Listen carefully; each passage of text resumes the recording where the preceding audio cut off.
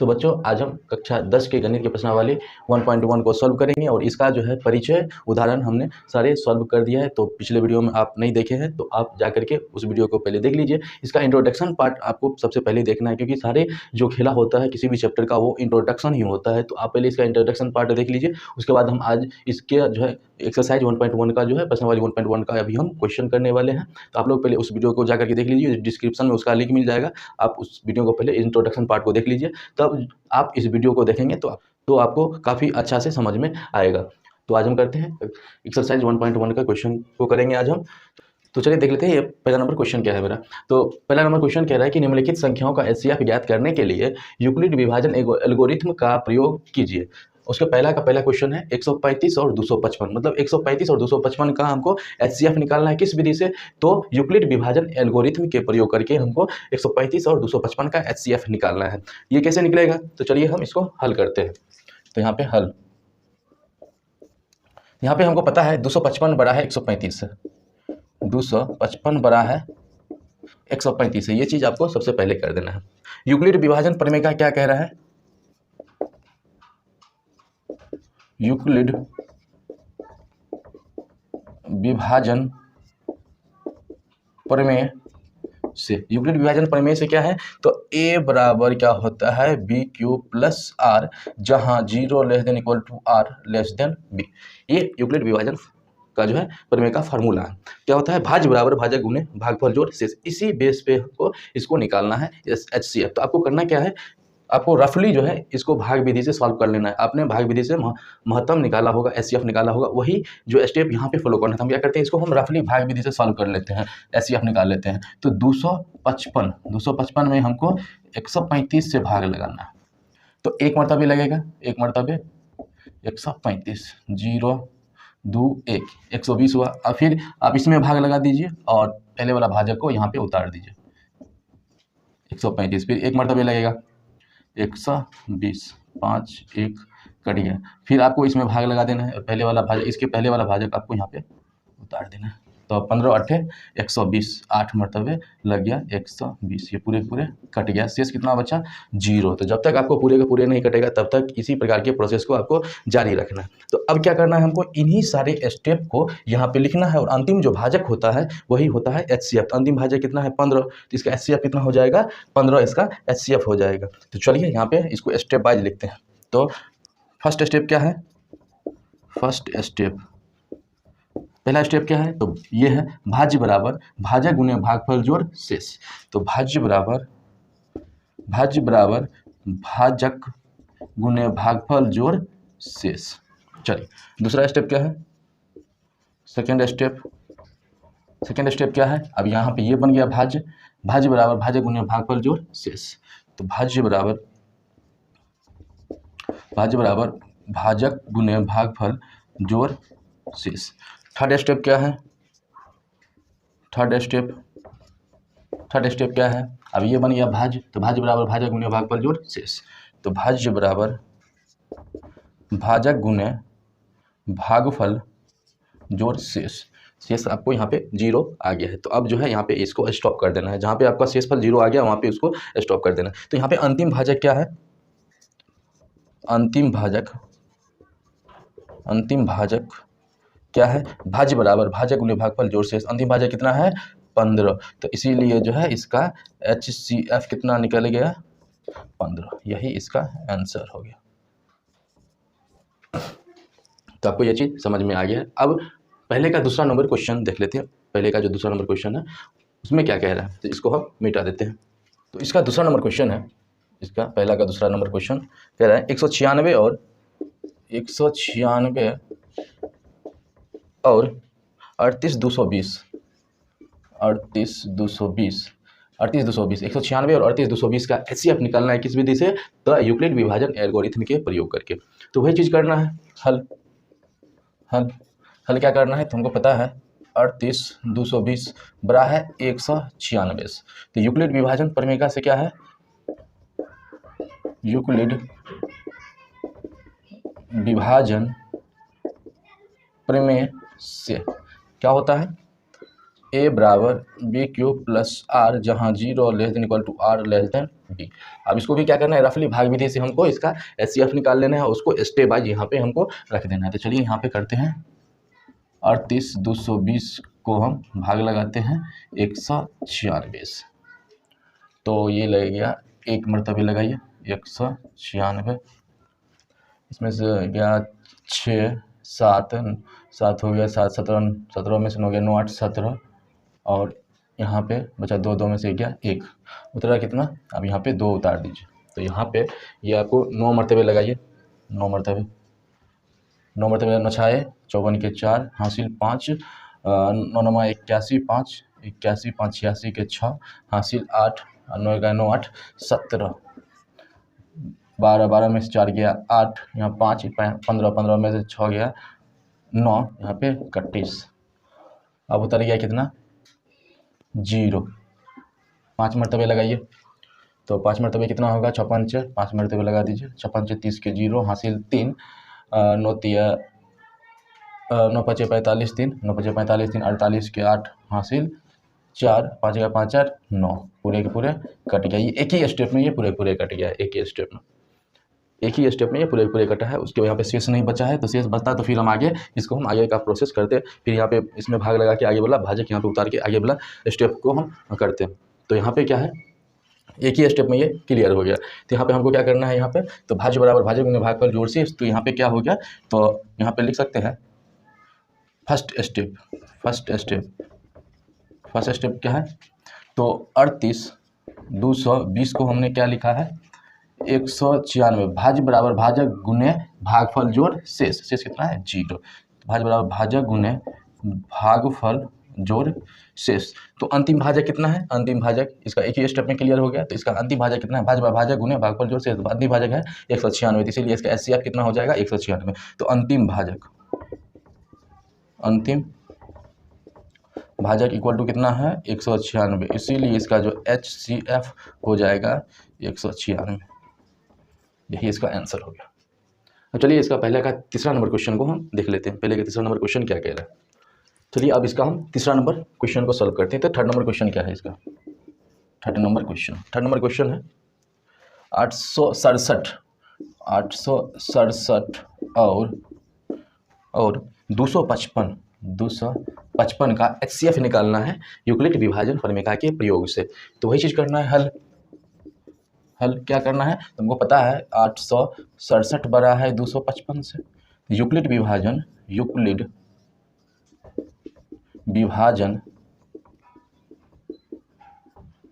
प्रमेय से, यूक्लिड विभाजन प्रमेय से क्या होगा, ए बराबर बी क्यूब प्लस आर, जहाँ 0 less than equal to R less than B. वही चीज़ करना है आपको, भाग विधि से इसका एचसीएफ निकाल लेना है और स्टेप बाय स्टेप यहाँ पे आपको लिख देना है, और अंतिम जो भाजक होगा वही उसका एचसीएफ होगा। चलिए यहाँ पे देख लेते हैं। तो यहाँ पे हम रफली यहाँ पे वही भाग विधि से इसको सॉल्व कर लेते हैं। 867 में हमको 255 से भाग लगाना है, 255 से, तो आपको यहाँ पे 3 मरतबे लगाइए, 3 मरतबे, तो कितना हो जाएगा 3 मरतबे, तो 5 तिया 15 को 5 हासिल 1 5 तिया 15 1 16 और 3 दूना 6 1 7 2 0 1 102 हुआ। फिर आप इसमें भाग लगा दीजिए, 255 उतार दीजिए, अब 2 मरतबे लगा दीजिए, 2 मरतबे, तो ये हो गया 204, यहाँ पे 1 5 कट गया, फिर आप इसमें भाग लगा दीजिए और 102 उतार दीजिए, 2 मरतबे लग जाएगा, 2 मरतबे 51 दूना 102, पूरे पूरे कट गया, शेष कितना बचा 0। तो जब तक आपको पूरे नहीं कटेगा, इसी प्रकार का प्रोसेस आपको लिखते जाना है। तो देख लीजिए पहला स्टेप ये हो गया, सेकेंड स्टेप और थर्ड स्टेप, 3 स्टेप में ये क्लियर हो गया। तो यही चीज़ जो है यहाँ पे स्टेप वाइज हम लिख देंगे। तो क्या होगा यहाँ पे भाज्य बराबर भाजक गुने भागफल जोड़ शेष। तो फर्स्ट स्टेप क्या है, स्टेप भाज्य बराबर भाजक गुने भागफल जोड़ शेष। तो भाज्य बराबर भाजक गुने भागफल जोड़ शेष। सेकेंड स्टेप क्या है, तो अब ये हो गया भाज्य बराबर भाजक गुने भागफल जोड़ शेष। तो भाज्य बराबर भाजक गुने भागफल जोड़ शेष। थर्ड स्टेप क्या है, थर्ड स्टेप, तो भाज्य बराबर भाजक भाजक गुने भागफल जोड़ शेष, तो लास्ट में शेष 0 आ गया। तो अब इसको स्टॉप कर देना है। तो इसका जो अंतिम भाजक होगा, अंतिम भाजक क्या है, अंतिम भाजक कितना है, 51। तो इसीलिए इसका जो HCF हो जाएगा 51 हो जाएगा। तो चलिए ये पहले प्रश्न का जो ये 3 को क्वेश्चन दिया गया था, इसको हमने कंप्लीट कर लिया। अब चलिए हम दूसरे क्वेश्चन के ऊपर चलते हैं। प्रश्न संख्या 2 पे हम चलते हैं, आप इसे नोट कर लीजिए। तो प्रश्न संख्या 2 क्या कह रहा है, तो प्रश्न संख्या 2 कह रहा है कि दर्शाइए कि कोई भी धनात्मक विषम पूर्णांक 6q+1 या 6q+3 या 6q+5 के रूप का होता है जहां q एक पूर्णांक है। आपको इसको किस प्रकार दर्शाना है, तो यहाँ पे चलिए हम इसको सॉल्व करते हैं। ये जो सवाल है काफ़ी इंपॉर्टेंट है, एग्जाम के पॉइंट ऑफ व्यू से ये सवाल काफ़ी इंपॉर्टेंट है। इस टाइप के सवाल हमने उदाहरण में भी किया था, तो आप उनको भी जरूर देख लें। सेम सवाल है, उदाहरण के जैसा ही सवाल है, सेम सवाल है, जिसको अभी हम सॉल्व करते हैं। ये काफ़ी इंपॉर्टेंट क्वेश्चन है एग्जाम के पॉइंट ऑफ व्यू से। तो अब जो है इसको हम सॉल्व करते हैं। तो आपको यहाँ पे हल करना है। हल कैसे क्या करना है, चलिए हम यहाँ पे इसको हल करते हैं। तो यहाँ पे ए जो है, ए को मान लेना है, जो चीज़ कह रहा है यहाँ पे कोई भी धनात्मक विषम पूर्णांक, तो हम मान लेते हैं ए को, ए जो है एक धनात्मक विषम पूर्णांक है। तो माना कि यहाँ पे हम मान लेते हैं, माना कि ए एक धनात्मक विषम पूर्णांक है। चलिए हमने ए को क्या मान लिया, धनात्मक विषम पूर्णांक मान लिया। बी का मान क्या होगा, तो जो क्यू के साथ में रहता है वही बी का मान होता है। क्यू के साथ में कितना है, 6 है, तो यहाँ पे जो है बी का मान कितना निकल जाएगा, 6 हो जाएगा। जो क्यू के साथ रहता है, ये चीज़ हमेशा ध्यान में रखना है, जो क्यू के साथ होता है वही बी का मान होता है, क्योंकि इसको हमको सॉल्व करना है यूक्लिड विभाजन प्रमेय के प्रयोग से। तो यहाँ पे जो बी का मान होता है, यहाँ पे जो क्यू के साथ में रहता है वही बी का मान होता है। अब यूक्लिड विभाजन प्रमेय का क्या कह रहा है, यूक्लिड विभाजन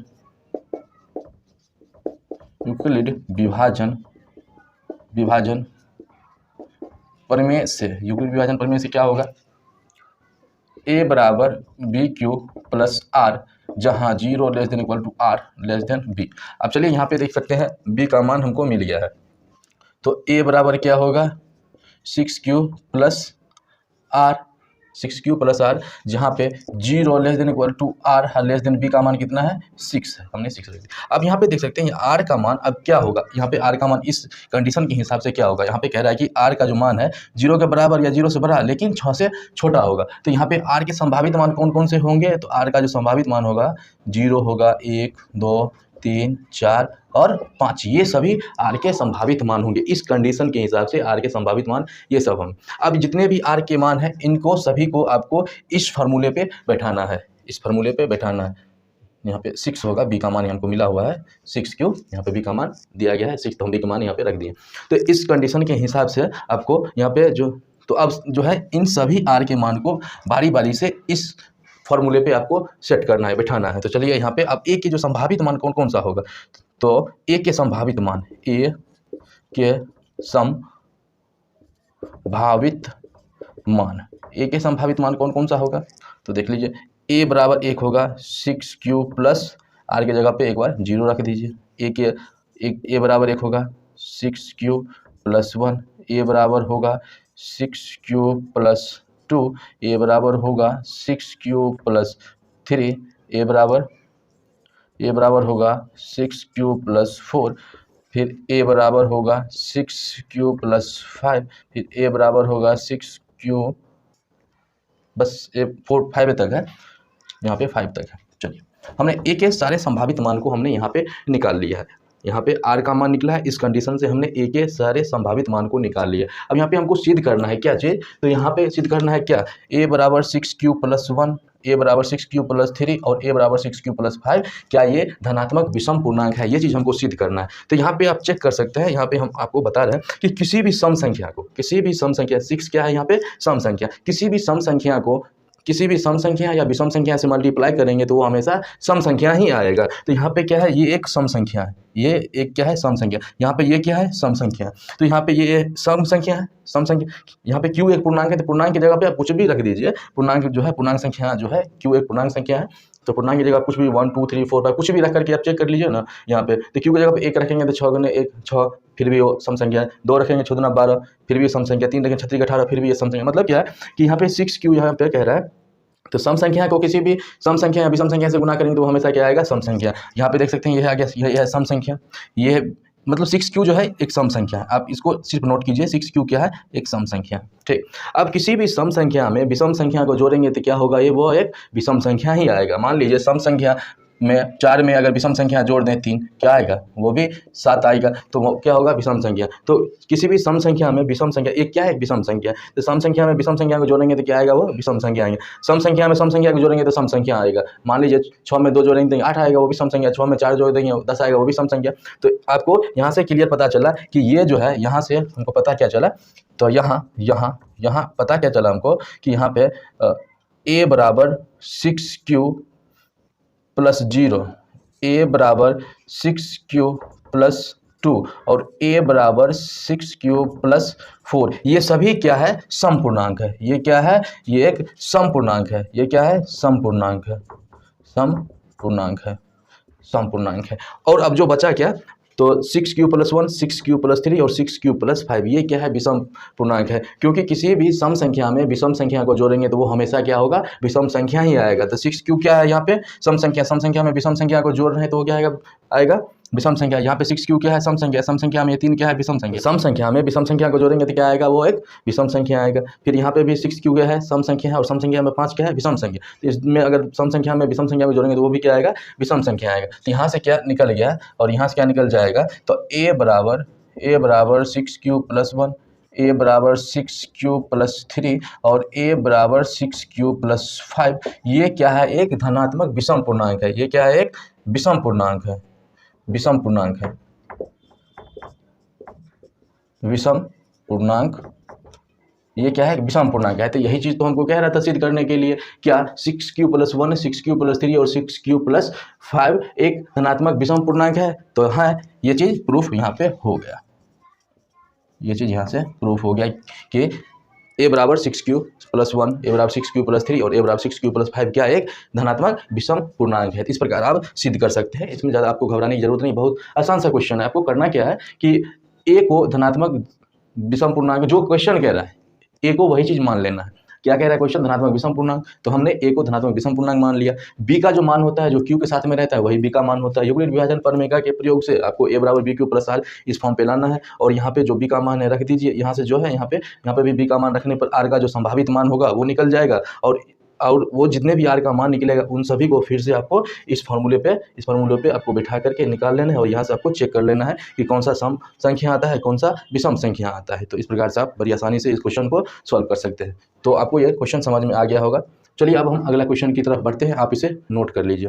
तो तीसरा नंबर प्रश्न क्या है, तीसरा नंबर प्रश्न कह रहा है कि किसी परेड में 616 सदस्य वाली एक सेना आर्मी की टुकड़ी को 32 सदस्य वाले एक आर्मी बैंड के पीछे मार्च करना है।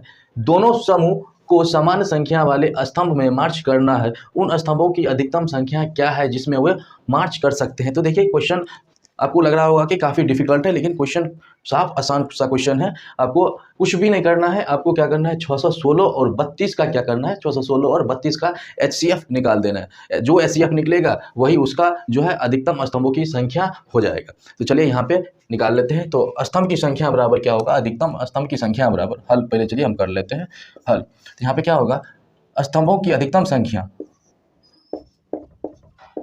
स्तंभों के अधिकतम संख्या बराबर हो जाएगा 616 और 32 का HCF। इस दोनों का जो HCF निकलेगा वही स्तंभों की अधिकतम संख्या होगा। तो चलिए हम इसको निकाल लेते हैं। हमको पता है क्या कि 616 बड़ा है 32 से, तो यूक्लिड विभाजन प्रमेय से, यूक्लिड विभाजन प्रमेय से, यूक्लिड विभाजन प्रमेय से क्या होगा, a बराबर बी क्यू प्लस आर, जहाँ 0 less then r less than b। अब इसको क्या करना है, रफली वही काम करना है, रफली इसको भाग विधि से HCF निकाल लेंगे और इसको इस स्टेप बाय स्टेप भाज्य बराबर भाजक गुणे भागफल जोड़ से इस टाइप के से हम इसको स्टेप बाय स्टेप बिठा देंगे। तो चलिए यहाँ पे हम रफली निकाल लेते हैं। 616 में हम 32 से भाग लगाते हैं। तो यहाँ पे चलिए एक मरतबे लगाइए, तो हो गया 32, 9 और 5 2 29, 6।